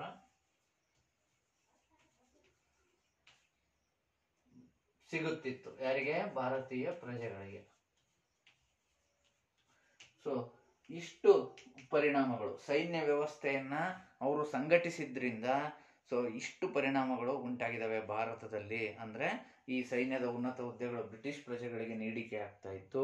ಮತ್ತೆ ಈ ಭಾರತೀಯ ಪ್ರಜೆಗಳು ದೀರ್ಘಕಾಲ ಸೈನಿಕರಾಗಿ, ಕೂಲಿ ಸೈನಿಕರಾಗಿ ಸೇವೆ ಸಲ್ಲಿಸಿದ್ರಿಂದ ಕೊನೆಯದಾಗಿ ಅವರು ಸುಬೇದಾರ್ ಸ್ಥಾನಕ್ಕೆ ಮಾತ್ರ ಏರ್ಬಹುದಿತ್ತು ವಿದ್ಯಾರ್ಥಿಗಳೇ. ಹಾಗಾಗಿ ಸೈನಿಕರ ಸ್ಥಿತಿ ತುಂಬಾ ಶೋಚನೀಯವಾಗಿತ್ತು. ಸೊ ಇಷ್ಟು ಪರಿಣಾಮಗಳನ್ನ ಈ ಒಂದು ಸೈನ್ಯ ವ್ಯವಸ್ಥೆಯನ್ನು ಅವರು ಸಂಘಟಿಸಿದ್ರಿಂದ ಇಷ್ಟು ಪರಿಣಾಮಗಳು ಉಂಟಾಗಿದ್ದಾವೆ ಭಾರತದಲ್ಲಿ, ಬ್ರಿಟಿಷರ ಸೈನ್ಯ ವ್ಯವಸ್ಥೆಯಿಂದ ಉಂಟಾದಂತಹ ಪರಿಣಾಮಗಳು. ಸರಿ ವಿದ್ಯಾರ್ಥಿಗಳೇ, ಇನ್ನ ಮುಂದೆ ನಾವು ಇವರ ಭೂಕಂದಾಯ ನೀತಿಗಳ ಬಗ್ಗೆ ತಿಳಿದುಕೊಳ್ಳೋಣ. ಸೊ ಇಷ್ಟು ಇಲ್ಲಿ ಈಗ ನಾನು ಕೆಲವು ಪ್ರಶ್ನೆಗಳನ್ನ ಕೇಳ್ತೀನಿ, ಆ ಪ್ರಶ್ನೆಗಳಿಗೆ ಉತ್ತರವನ್ನ ನೀವು ನೀಡಬೇಕಾಗುತ್ತೆ.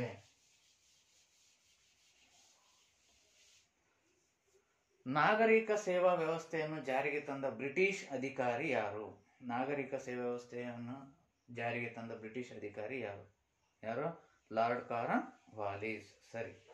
ಇನ್ನ ನ್ಯಾಯಾಂಗ ವ್ಯವಸ್ಥೆಯಲ್ಲಿ ಬದಲಾವಣೆ ತಂದು 2 ರೀತಿಯ ನ್ಯಾಯಾಲಯಗಳು ಸ್ಥಾಪನೆ ಆಗಿದ್ದು. ಆ 2 ರೀತಿಯ ನ್ಯಾಯಾಲಯಗಳು ಯಾವ್ಯಾವು? ಒಂದು ದಿವಾನಿ ಅದಾಲತ್, ಮತ್ತೊಂದು ಫೌಜದಾರಿ ಅದಾಲತ್. ಸರಿ, ಈಗ ಈ ಒಂದು ಪಾಠದ ಮುಂದಿನ ಅಂಶ ಭೂಕಂದಾಯ ನೀತಿಗಳು. ಭೂಕಂದಾಯ ನೀತಿಗಳು.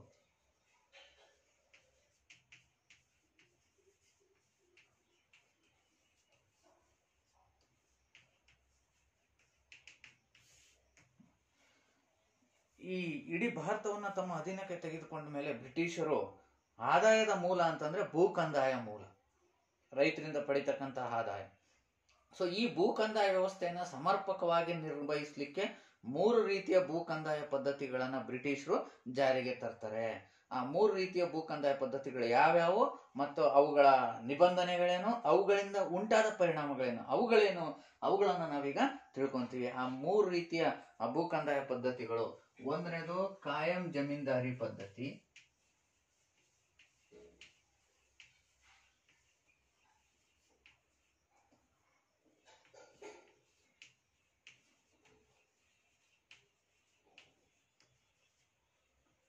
ಎರಡನೇದು ಮಹಲ್ವಾರಿ ಪದ್ಧತಿ.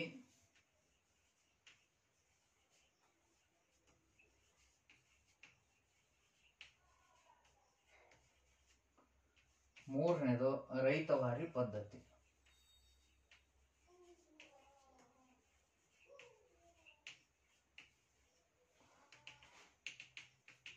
ಈ 3 ರೀತಿಯ ಭೂಕಂದಾಯ ಪದ್ಧತಿಗಳನ್ನ ಬ್ರಿಟಿಷರು ಜಾರಿಗೆ ತರ್ತಾರೆ. ಇವುಗಳ ಅಂಶಗಳೇನು, ಇವುಗಳಿಂದ ಉಂಟಾದ ಪರಿಣಾಮಗಳೇನು ಅಂತ ನಾವೀಗ ತಿಳ್ಕೊಳ್ಳೋಣ. ಈ 3 ಭೂಕಂದಾಯ ಪದ್ಧತಿಗಳನ್ನ ಬರ್ಕೊಂಡಿದ್ದೀರಾ?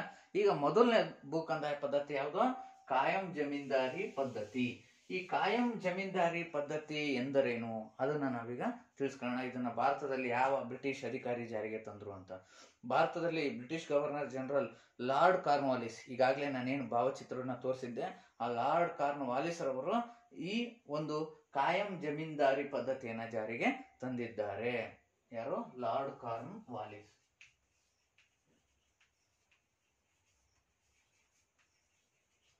ಈ ಒಂದು ಕಾಯಂ ಜಮೀನ್ದಾರಿ ಪದ್ಧತಿಯನ್ನ ಜಾರಿಗೆ ತಂದಿದ್ದಾರೆ. ಕಾಯಂ ಜಮೀನ್ದಾರಿ ಪದ್ಧತಿ 2 ಹೆಸರು ಇದಾವೆ. ಕಾಯಂ ಗುತ್ತಾ ಪದ್ಧತಿ, ಕಾಯಂ ಗುತ್ತಾ ಪದ್ಧತಿ, ಜಮೀನ್ದಾರಿ ಪದ್ಧತಿ ಅಂತ. ಸೊ ಈ ಕಾಯಂ ಜಮೀನ್ದಾರಿ ಪದ್ಧತಿ ಅಂದ್ರೇನು? ಇಲ್ಲಿ ಒಂದು ಹೊಸ ವರ್ಗವನ್ನು ಸೃಷ್ಟಿ ಮಾಡ್ತಾರೆ ಬ್ರಿಟಿಷರು, ಜಮೀನ್ದಾರರು ಅಂತ. ಏನಂತ?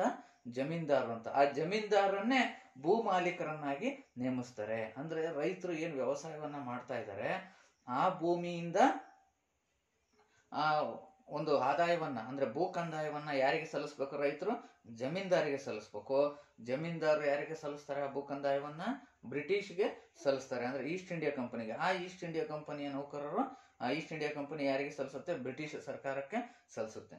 ಸೊ ಈ ಒಂದು ಕಾಯಂ ಜಮೀನ್ದಾರಿ ಪದ್ಧತಿ ಅಂತಂದ್ರೆ ಒಂದು ಬ್ರಿಟಿಷ್ ಸರ್ಕಾರ ಒಪ್ಪಂದವನ್ನ ಮಾಡ್ಕೊಂಡಿತ್ತು ಜಮೀನ್ದಾರರೊಂದಿಗೆ. ಏನಂತ?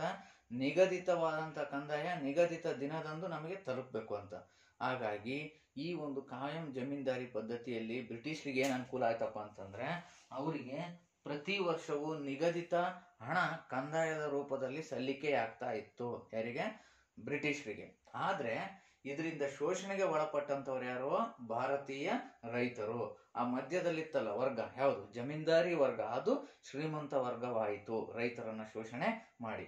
ಅದಕ್ಕಿಂತ ಮುಂಚಿತವಾಗಿ ನಾವು ಕಾಯಂ ಜಮೀನ್ದಾರಿ ಪದ್ಧತಿ ಅಂದ್ರೆ ಏನು ಅಂತ ಒಂದು ವಾಕ್ಯವನ್ನ ನಾನು ನಿಮಗೆ ಬರೆಸ್ತೀನಿ. ಆ ವಾಕ್ಯವನ್ನ ನೀವು ಬರ್ಕೋಬೇಕು ವಿದ್ಯಾರ್ಥಿಗಳು.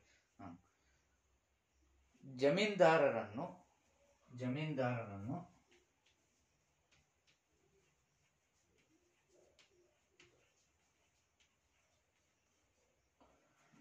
ಭೂ ಮಾಲೀಕರನ್ನಾಗಿ ನೇಮಿಸಿ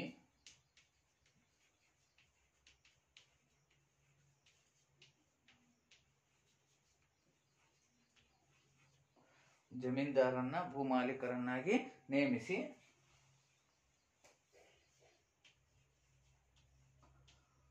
ಅವರು ರೈತರಿಂದ ಕಂದಾಯ ವಸೂಲಿ ಮಾಡಿ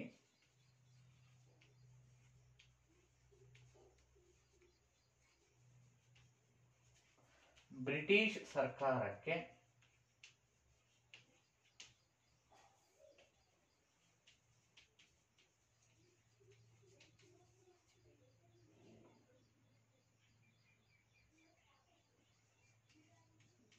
ನಿಗದಿತ ದಿನದಂದು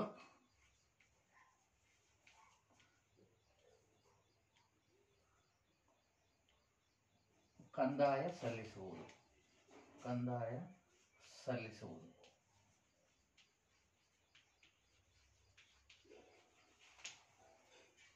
ಸೊ ಇದನ್ನ ಕಾಯಂ ಜಮೀನ್ದಾರಿ ಪದ್ಧತಿ ಅಂತ ಕರಿತೀವಿ. ನೋಡಿ, ಈ ಪದ್ಧತಿಯಲ್ಲಿ ಜಮೀನ್ದಾರಿಗೆ ನಿಗದಿಪಡಿಸಿದ್ರು ಬ್ರಿಟಿಷ್ ಸರ್ಕಾರ, ಇಷ್ಟೇ ಪ್ರಮಾಣದ ಕಂದಾಯವನ್ನ ನಮಗೆ ಕೊಡಬೇಕು ಅಂತ ಅಂದ್ಬಿಟ್ಟು. ಆದ್ರೆ ಜಮೀನ್ದಾರು ಎಷ್ಟು ಪ್ರಮಾಣದಲ್ಲಿ ಬೇಕಾದರೂ ಅವರು ಕಂದಾಯವನ್ನ ವಸೂಲಿ ಮಾಡಬಹುದಾಯ್ತು. ಯಾರ ಹತ್ರ?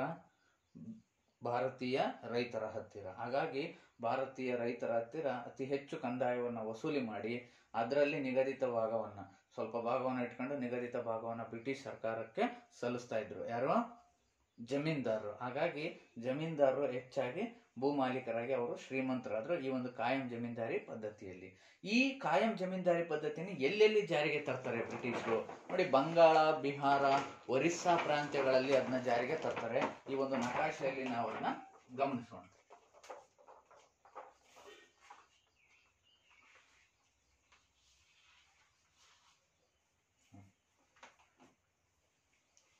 ನೋಡಿ ವಿದ್ಯಾರ್ಥಿಗಳೇ, ಸೊ ಎಲ್ಲೆಲ್ಲಿ ಜಾರಿಗೆ ತಂದಿದ್ದಾರೆ? ಬಂಗಾಳ, ಬಿಹಾರ, ಒರಿಸ್ಸಾ. ಬಂಗಾಳ, ಬಿಹಾರ, ಒರಿಸ್ಸಾ ಈ ಮೂರು ಬ್ರಿಟಿಷ್ ಪ್ರಾಂತ್ಯಗಳಲ್ಲಿ ಈ ಒಂದು ಕಾಯಂ ಜಮೀನ್ದಾರಿ ಪದ್ಧತಿಯನ್ನ ಜಾರಿಗೆ ತರ್ತಾರೆ. ನೋಡಿ, ಈ ಮ್ಯಾಪ್ ಅಲ್ಲಿ ನೀವು ಗಮನಿಸಬೇಕಾಗುತ್ತೆ. ಸೊ ಈ ಭಾಗ ಏನೈತಿ? ಇದು ಬಂಗಾಳ. ಯಾವ ಪ್ರಾಂತ್ಯ? ಬ್ರಿಟಿಷರ ಯಾವ ಪ್ರಾಂತ್ಯ ಇದು? ಬಂಗಾಳ ಪ್ರಾಂತ್ಯ. ಅದೇ ರೀತಿಯಾಗಿ ಇದು ಬಿಹಾರ ಪ್ರಾಂತ್ಯ. ಇದಿಷ್ಟು ಭಾಗ ಬಿಹಾರ ಪ್ರಾಂತ್ಯ. ಹಾಗೆ ಇದು ಒರಿಸ್ಸಾ ಪ್ರಾಂತ್ಯ. ಯಾವ ಪ್ರಾಂತ್ಯ ಇದು? ಒರಿಸ್ಸಾ ಪ್ರಾಂತ್ಯ. ನೋಡಿ, ಈ ಕಾಯಂ ಜಮೀನ್ದಾರಿ ಪದ್ಧತಿಯಿಂದ ಸಾಕಷ್ಟು ಆದಾಯ ಜಮೀನ್ದಾರಿಗೆ ಬಂತು, ಆದ್ರೆ ನಿಗದಿತ ಆದಾಯ ಬ್ರಿಟಿಷ್ ಸರ್ಕಾರಕ್ಕೆ ಹೋಯ್ತು. ಸೊ ಇದರಿಂದ ಸಂಪೂರ್ಣ ನಷ್ಟಕ್ಕೆ ಒಳಗಾಗದಂತವ್ರು ಯಾರು? ರೈತರು, ಭಾರತೀಯ ರೈತರು. ನೋಡಿ, ಅವರು ತಮ್ಮ ಜಮೀನನ್ನು ಕಳ್ಕೋಬೇಕಾಯ್ತು, ಜೊತೆಗೆ ಅವರು ಸಂಪೂರ್ಣವಾಗಿ ನಿರ್ಗತಿಕರಾದಂತಹ ಸ್ಥಿತಿಗೆ ಬಂತು. ಚಾರ್ಲ್ಸ್ ಮೆಟ್ಕಾಫ್ ಎಂಬತಕ್ಕಂತಹ ಒಬ್ಬ ಬ್ರಿಟಿಷ್ ಅಧಿಕಾರಿ ಹೇಳುವಂತೆ, ಚಾರ್ಲ್ಸ್ ಮೆಟ್ಕಾಫ್ ಏನಂತ ಹೇಳ್ತಾರೆ? ಈ ಪದ್ಧತಿಯನ್ನ ಜಾರಿಗೆ ತಂದಿದ್ರಿಂದ ಭಾರತೀಯ ರೈತರು ಸಾಲದಲ್ಲಿಯೇ ಹುಟ್ಟಿ, ಸಾಲದಲ್ಲಿಯೇ ಬೆಳೆದು, ಸಾಲದಲ್ಲೇ ಸಾಯುವಂತಹ ಪರಿಸ್ಥಿತಿ ನಿರ್ಮಾಣ ಆಯ್ತು ಅಂತ ಹೇಳ್ತಾರೆ. ಯಾರು? ಚಾರ್ಲ್ಸ್ ಮೆಟ್ಕಾಫ್ ಎಂಬತಕ್ಕಂಥವ್ರು ಅಧಿಕಾರಿ. ಸರಿ ವಿದ್ಯಾರ್ಥಿಗಳು, ಈಗ ಈ ಪದ್ಧತಿಯಿಂದ ನೀವು ಇಷ್ಟನ್ನ ತಿಳ್ಕೊಂಡಿದ್ದೀರಿ. ಏನಂತ? ಈ ಜಮೀನ್ದಾರಿ ಪದ್ಧತಿಯಿಂದ ಸಂಪೂರ್ಣ ಶೋಷಣೆಗೆ ಒಳಪಟ್ಟವರು ಯಾರು? ರೈತರು. ಯಾಕಪ್ಪ ಅಂದ್ರೆ ಜಮೀನ್ದಾರರು ಅವರಿಂದ ಹೆಚ್ಚು ಭೂಕಂದಾಯವನ್ನು ವಸೂಲಿ ಮಾಡ್ತಾ ಇದ್ರು ಅಂತ. ಸರಿ. ಇನ್ನ ಎರಡನೇ ಪದ್ಧತಿ ಮಹಲ್ವಾರಿ ಪದ್ಧತಿ. ಎರಡನೇ ಪದ್ಧತಿ ಯಾವುದು? ಮಹಲ್ವಾರಿ ಪದ್ಧತಿ.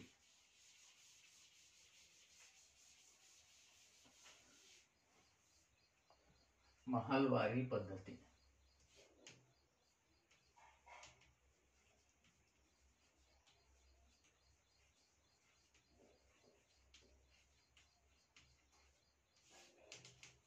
ಮಹಲ್ ಅಂದ್ರೆ ಏನು? ಹಾಗಾದ್ರೆ ಫಸ್ಟ್ ಮಹಲ್ ಅಂದ್ರೆ ಏನು?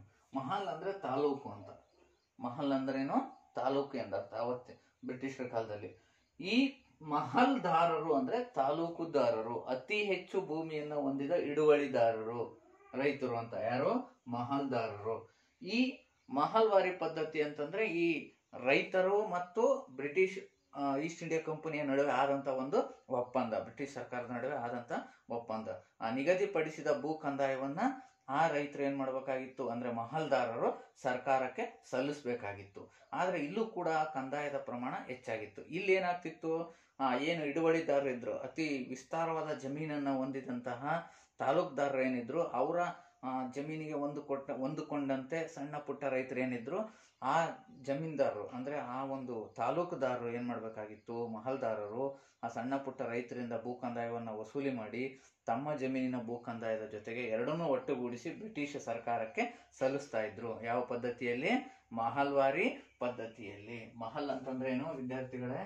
ತಾಲೂಕು. ಮಹಲ್ ಅಂತಂದ್ರೆ ತಾಲೂಕು ಎಂದರ್ಥ. ಮಹಲ್ ಅಂತಂದ್ರೆ ತಾಲೂಕ್ ಎಂದರ್ಥ. ಇಲ್ಲಿ ನೋಡಿ, ಮಹಲ್ವಾರಿ ಪದ್ಧತಿಗೆ ಸಂಬಂಧಪಟ್ಟಂತೆ ಒಂದು ವಾಕ್ಯವನ್ನ ನೀವೀಗ ಬರ್ಕೋಬೇಕಾಗುತ್ತೆ.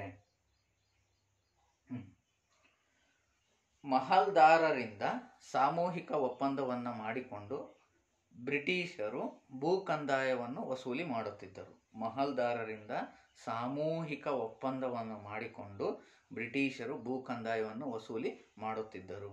ಅಂದ್ರೆ ಮಹಲ್ದಾರರು ಅಂತಂದ್ರೆ ನಾನು ಈಗಾಗಲೇ ಹೇಳಿದ್ದೀನಿ, ವಿಶಾಲವಾದ ಜಮೀನನ್ನು ಹೊಂದಿರತಕ್ಕಂಥವ್ರು. ಅವರಿಂದ ಈ ಒಂದು ಭೂ ಕಂದಾಯವನ್ನು ವಸೂಲಿ ಮಾಡಿ ಆ ಮಹಲ್ದಾರರು ತಮ್ಮ ಜಮೀನಿನ ಅಕ್ಕಪಕ್ಕ ಇರ್ತಕ್ಕಂಥ ಸಣ್ಣ ರೈತರಿಂದ ಭೂ ಕಂದಾಯವನ್ನು ವಸೂಲಿ ಮಾಡ್ತಾ ಇದ್ರು. ಆ ಕಂದಾಯವನ್ನು ಜೊತೆಗೆ ಅವರ ಕಂದಾಯವನ್ನು ಒಟ್ಟುಗೂಡಿಸಿ ಬ್ರಿಟಿಷ್ ಸರ್ಕಾರಕ್ಕೆ ಸಲ್ಲಿಸ್ತಾ ಇದ್ರು. ನೋಡಿ, ಈ ಪದ್ಧತಿಯಲ್ಲೂ ಕೂಡ ಈ ಒಂದು ಮಹಲ್ದಾರರು ಯಾವುದೇ ಬರಗಾಲ, ಅತಿವೃಷ್ಟಿ, ಕ್ಷಾಮ ಇದ್ರೂ ಕೂಡ ಕಂದಾಯವನ್ನ ನಿಗದಿ ಪ್ರಮಾಣದಲ್ಲಿ ಸಲ್ಲಿಸಬೇಕಾಗಿತ್ತು. ಈ ಒಂದು ಪದ್ಧತಿಯನ್ನ R.M. ಬರ್ಡ್ ಮತ್ತು ಜೇಮ್ಸ್ ಥಾಮ್ಸನ್ ಅವರು ಜಾರಿಗೆ ತರ್ತಾರೆ. R.M. ಬರ್ಡ್ ಮತ್ತು ಜೇಮ್ಸ್ ಥಾಮ್ಸನ್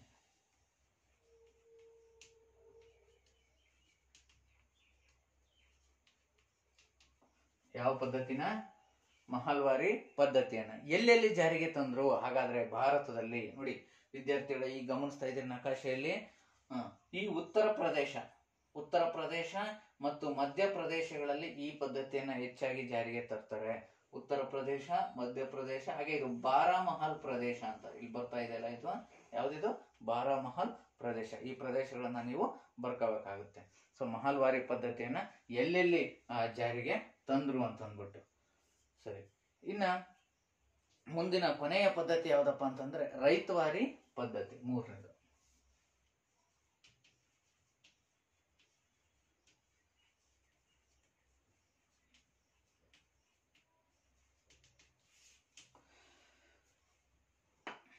ನೋಡಿ, ರೈತವಾರಿ ಪದ್ಧತಿಯನ್ನ ಅಲೆಕ್ಸಾಂಡರ್ ರೀಡ್ ಎಂಬತಕ್ಕಂಥವನು ಜಾರಿಗೆ ತರ್ತಾರೆ. ಅಲೆಕ್ಸಾಂಡರ್ ರೀಡ್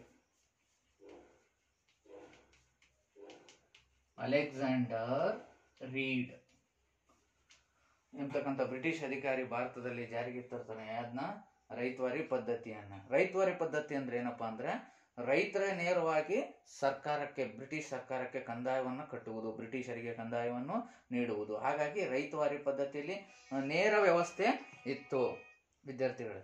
ರೈತವಾರಿ ಪದ್ಧತಿಯಲ್ಲಿ ನೇರ ವ್ಯವಸ್ಥೆ ಅಂದ್ರೆ ನೇರವಾಗಿ ಕಂದಾಯವನ್ನು ಕಟ್ಟಬೇಕಾಗಿತ್ತು. ಯಾರಿಗೆ? ಬ್ರಿಟಿಷರಿಗೆ. ಇಲ್ಲಿ ಯಾವುದೇ ಮಹಲ್ದಾರರು ಇಲ್ಲ, ಮತ್ತೆ ಜಮೀನ್ದಾರರು ಇಲ್ಲ. ಸರಿ ವಿದ್ಯಾರ್ಥಿಗಳೇ, ಈ ಮಹಲ್ವಾರಿ ಪದ್ಧತಿಯಿಂದ ರೈತವಾರಿ ಪದ್ಧತಿ ಅಂದ್ರೆ ಏನು? ಒಂದು ವಾಕ್ಯವನ್ನ ನೀವು ಬರ್ಕೋಬೇಕಾಗುತ್ತೆ. ರೈತವಾರಿ ಪದ್ಧತಿ ಅಂದ್ರೆ ರೈತರೇ ನೇರವಾಗಿ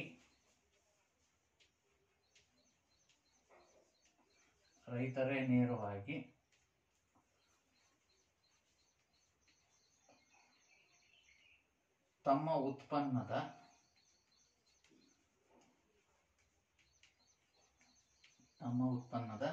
ಶೇಕಡ 50ರಷ್ಟು ಭಾಗವನ್ನು, ಎಷ್ಟು ಪರ್ಸೆಂಟ್ ಉತ್ಪಾದನೆಯಲ್ಲಿ ಅರ್ಧ ಭಾಗ, 50ರಷ್ಟು ಭಾಗವನ್ನು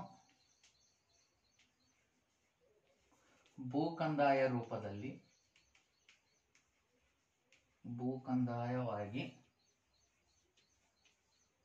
ಬ್ರಿಟಿಷರಿಗೆ ಸಲ್ಲಿಸುವುದು.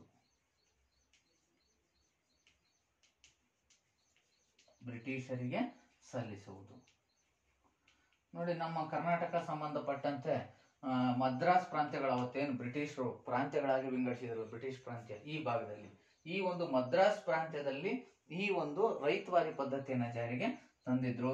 ಅವರಲ್ಲಿ ಯಾರಪ್ಪ ಅಂದ್ರೆ ಥಾಮಸ್ ಮನ್ರೋ ಎಂಬತಕ್ಕಂಥವ್ರು. ಥಾಮಸ್ ಮನ್ರೋ ಎಂಬತಕ್ಕಂಥವ್ರು ಈ ಮದ್ರಾಸ್ ಪ್ರಾಂತ್ಯ ಇಲ್ಲಿ ಈ ಒಂದು ರೈತವಾರಿ ಪದ್ಧತಿಯನ್ನ ಜಾರಿಗೆ ತಂದಿದ್ದಾರೆ. ಸರ್ ಥಾಮಸ್ ಮನ್ರೋ ಎಂಬತಕ್ಕಂಥವ್ರು ಎಂಬ ಬ್ರಿಟಿಷ್ ಅಧಿಕಾರಿ ಈ ಮದ್ರಾಸ್ ವಿಭಾಗಕ್ಕೆ ಸಂಬಂಧಪಟ್ಟಂತೆ ಕರ್ನಾಟಕ ಈ ಪ್ರದೇಶಗಳಲ್ಲೆಲ್ಲ ರೈತವಾರಿ ಪದ್ಧತಿಯನ್ನು ಜಾರಿಗೆ ತಂದಿದ್ದಾರೆ. ನೋಡಿ, ಇದರಲ್ಲಿ ಕಂದಾಯದ ಪ್ರಮಾಣ ಅತಿ ಹೆಚ್ಚಾಗಿತ್ತು. 50% ಬೆಳೆದ್ರಲ್ಲಿ ಅರ್ಧ ಭಾಗನ ಬ್ರಿಟಿಷ್ ಸರ್ಕಾರಕ್ಕೆ ಸಲ್ಲಿಸಬೇಕಾಗಿತ್ತು. ಹಾಗಾಗಿ ಇಲ್ಲಿ ಜಮೀನ್ದಾರ್ ಶೋಷಣೆಗೆ ಒಳಪಡದಿರಬಹುದು. ಆದ್ರೆ ಒಂದು ಏನಪ್ಪಾ ಅಂತಂದ್ರೆ ಬರಗಾಲ, ಅತಿವೃಷ್ಟಿ ಇಂಥವು ಬಂದಾಗ ಅವರು ನಿರ್ದಾಕ್ಷಿಣ್ಯವಾಗಿ ಕಂದಾಯವನ್ನು ವಸೂಲಿ ಮಾಡ್ತಾ ಇದ್ದು. ಅವಾಗ ರೈತರು ಏನ್ ಮಾಡ್ಬೇಕಾಯ್ತು, ಆ ಒಂದು ಭೂಮಿಯ ಹಕ್ಕನ್ನ ಪಡ್ಕೊಂಡಿದ್ರು. ಉಳುವನೆ ಭೂಮಿಯ ಒಡೆಯ ಅಂತ ಏನಿದೆ, ಸೊ ಆ ರೀತಿ ತಾವು ಉಳುಮೆ ಮಾಡ್ತಿದ್ದಂತ ಜಮೀನಿನ ಭೂ ಮಾಲೀಕತ್ವವನ್ನು ಪಡೆದಿದ್ರು ಸಹಿತ ಕಂದಾಯವನ್ನ ಕಟ್ಲಿಕ್ಕೆ ಆಗದೇ ಇದ್ರೆ ಆ ಭೂಮಿಯನ್ನ ಮಾರಾಟ ಮಾಡಬಹುದಾಗಿತ್ತು. ಭೂಮಿ ಮಾರಾಟದ ವಸ್ತು ಆಯ್ತು ಈ ಒಂದು ರೈತವಾರಿ ಪದ್ಧತಿಯಿಂದ. ಸೊ ಹಾಗಾಗಿ ಜಮೀನನ್ನ ಕಳ್ಕೊಂಡು ಬೇರೆಯವರ ಜಮೀನಲ್ಲಿ ಕೃಷಿ ಕೂಲಿ ಕಾರ್ಮಿಕರಾಗಿ ಕೆಲಸವನ್ನ ಮಾಡಬೇಕಾಗಿತ್ತು ಅಂತ ಒಂದು ಪರಿಸ್ಥಿತಿ ನಿರ್ಮಾಣ ಆಯ್ತು. ಎಲ್ಲಿ? ಈ ಒಂದು ರೈತವಾರಿ ಪದ್ಧತಿಯಲ್ಲಿ. ಸರ್ ವಿದ್ಯಾರ್ಥಿಗಳ, ಈಗ ಈ ಎಲ್ಲ 3 ಭೂ ಕಂದಾಯ ವ್ಯವಸ್ಥೆಯಿಂದ ಏನು ಪರಿಣಾಮಗಳು ಉಂಟಾದವು ಅವನ್ನ ನಾವೀಗ ತಿಳ್ಕೊಳ್ಳೋಣ. ಮೊದಲಿಗೆ ಈ 3 ಭೂ ಕಂದಾಯ ಪದ್ಧತಿಗಳಿಂದ ಶೋಷಣೆಗೆ ಒಳಪಟ್ಟವರು ಯಾರು? ಭಾರತೀಯ ರೈತರು. ಆ ಮೆಟ್ಕಾಫ್ ಹೇಳಿದಂತ ಒಂದು ಹೇಳಿಕೆಯನ್ನು ಮೊದಲಿಗೆ ಬರ್ಕೊಡ್ರಿ. ಸೊ ಈ 3 ಭೂ ಕಂದಾಯ ನೀತಿಯಿಂದ ಉಂಟಾದಂತಹ ಪರಿಣಾಮಗಳು, ಸೈಡ್ ಹೆಡಿಂಗ್ 3 ಭೂ ಕಂದಾಯ ನೀತಿಗಳಿಂದ ಉಂಟಾದಂತಹ ಪರಿಣಾಮಗಳು.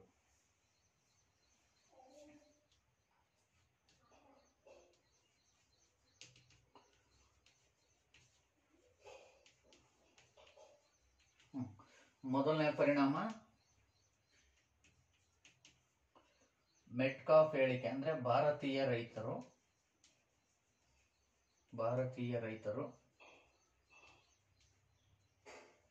ಸಾಲದಲ್ಲಿಯೇ ಹುಟ್ಟಿ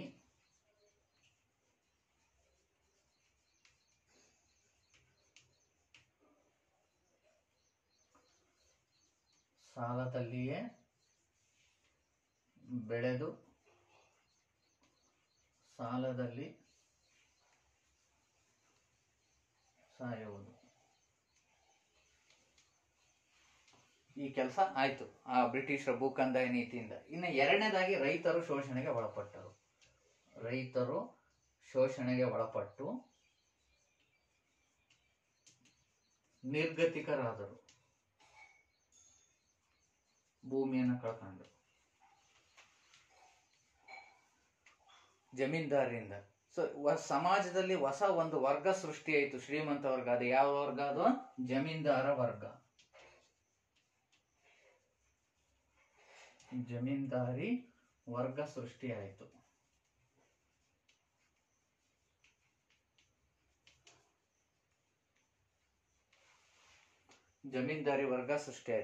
ನೋಡಿ, ಈಗ ಆ ರೈತವಾರಿ ಪದ್ಧತಿಯಲ್ಲಿ ತಮ್ಮ ಜಮೀನನ್ನ ಅವರು ಮಾರಾಟವನ್ನ ಮಾಡ್ತಾ ಇದ್ರು.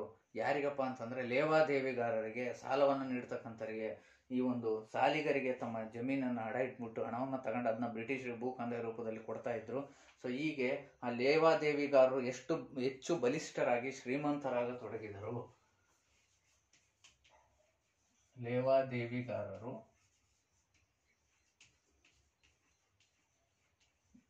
ಬಲಿಷ್ಠರಾದರು.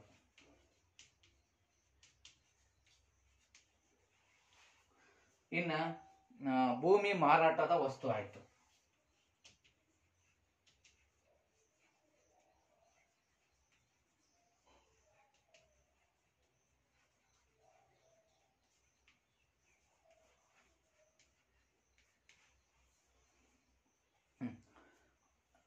ಆಯ್ತಲ್ಲ ವಿದ್ಯಾರ್ಥಿಗಳ. ಮುಂದೆ ಜಮೀನ್ದಾರರು ಶ್ರೀಮಂತರಾಗ್ಬಿಟ್ಟು ಮುಂದೆ ಬ್ರಿಟಿಷರಿಗೆ ಹೆಚ್ಚು ಬೆಂಬಲವನ್ನು ನೀಡಿ ದೀರ್ಘಕಾಲ ಅವರು ಇಲ್ಲಿ ಭಾರತದಲ್ಲಿ ನೆಲೆಸಿರುವಂತೆ ಮಾಡಿದ್ರು. ಇನ್ನ ಆ ಕೃಷಿ ಕ್ಷೇತ್ರ ಹೆಚ್ಚು ವಾಣಿಜ್ಯೀಕರಣಗೊಳ್ತು ಅಂತಂದ್ರೆ ಇಂಗ್ಲೆಂಡ್ನಲ್ಲಿ ಏನು ಕೈಗಾರಿಕಾ ಕ್ರಾಂತಿ ಸಂಭವಿಸ್ತು, ಅಲ್ಲಿ ಭೂತಾಕಾರದ ಯಂತ್ರಗಳಿಗೆ ಹೆಚ್ಚು ಪ್ರಮಾಣದ ಕಚ್ಚಾ ವಸ್ತು ಬೇಕಾಯಿತು. ಉದಾಹರಣೆಗೆ ಹತ್ತಿ ಆಗಿರ್ಬೋದು, ಸೆಣಬು ಆಗಿರ್ಬೋದು ಅಲ್ವಾ, ಸೊ ಈ ತರ ಕಬ್ಬು ಆಗಿರ್ಬೋದು, ಇಂತಹ ವಾಣಿಜ್ಯ ಬೆಳೆಗಳನ್ನ ಮಾತ್ರ ಹೆಚ್ಚಾಗಿ ಬೆಳೆದ್ರು. ಅಂದ್ರೆ ಕೈಗಾರಿಕೆಗಳಿಗೆ ಅವು ಕಚ್ಚಾ ವಸ್ತು. ಇಂಗ್ಲೆಂಡಿನ ಕೈಗಾರಿಕೆಗಳಿಗೆ ಭಾರತದಲ್ಲಿ ಬೆಳೀತಕ್ಕಂಥ ಬೆಳೆಗಳು ಏನಾಗಿದ್ವು, ಕಚ್ಚಾ ವಸ್ತುಗಳಾಯ್ತು, ಅಂಥವು ಮಾತ್ರ ಹೆಚ್ಚಾಗಿ ಬೆಳೆಯತೊಡಗಿದ್ರು. ಹಾಗಾಗಿ ಕೃಷಿ ವಾಣಿಜ್ಯೀಕರಣಗೊಳ್ತು ಅಂತ. ಮುಂದಿನ ಪಾಯಿಂಟ್, ಭಾರತದ ಕೃಷಿ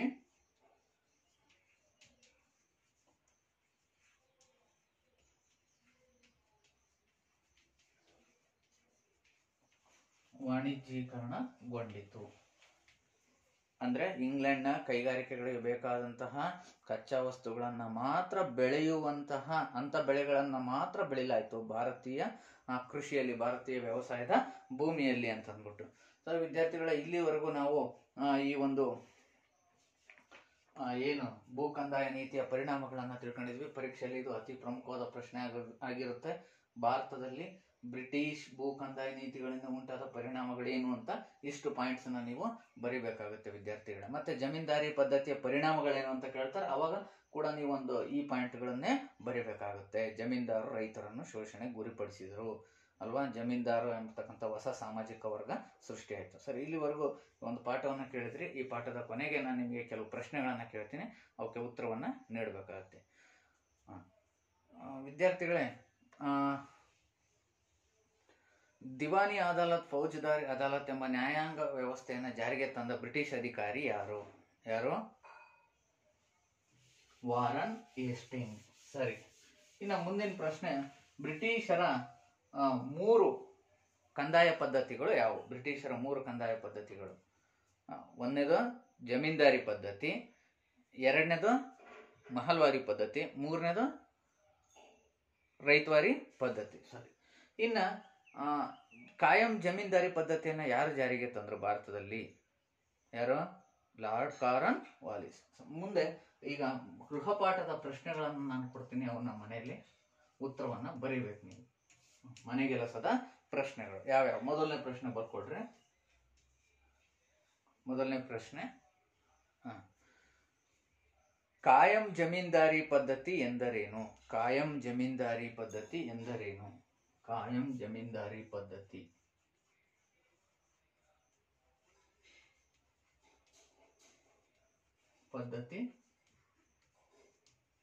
ಎಂದರೇನು? ಇನ್ನು ಎರಡನೇ ಪ್ರಶ್ನೆ,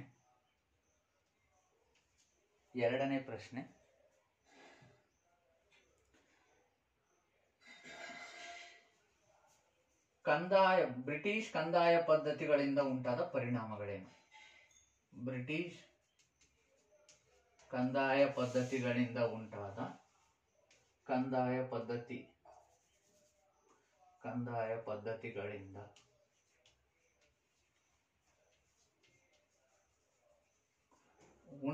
ಪರಿಣಾಮಗಳೇನು?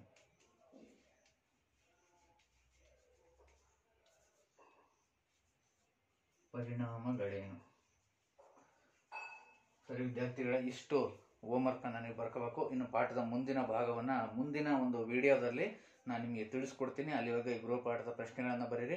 ಈ ಪಾಠದಲ್ಲಿ ಬರೆಸಿರುವ ಪ್ರಮುಖ ಟಿಪ್ಪಣಿಗಳನ್ನು ಓದ್ಕೊಂಡು ಪರೀಕ್ಷೆಗೆ ಸಿದ್ಧರಾಗ್ರಿ ಅಂತ ಹೇಳ್ತಾ, ನನ್ನ ಈ ಒಂದು ಪಾಠವನ್ನು ಇಲ್ಲಿವರೆಗೂ ವೀಕ್ಷಣೆ ಮಾಡಿದ್ದಕ್ಕೆ ತಮ್ಮೆಲ್ಲರಿಗೂ ವಂದನೆಗಳನ್ನು ಸಲ್ಲಿಸಿ ಈ ಒಂದು ಪಾಠವನ್ನು ಇಲ್ಲಿಗೆ ನಿಲ್ಲಿಸ್ತಾ ಇದ್ದೇನೆ.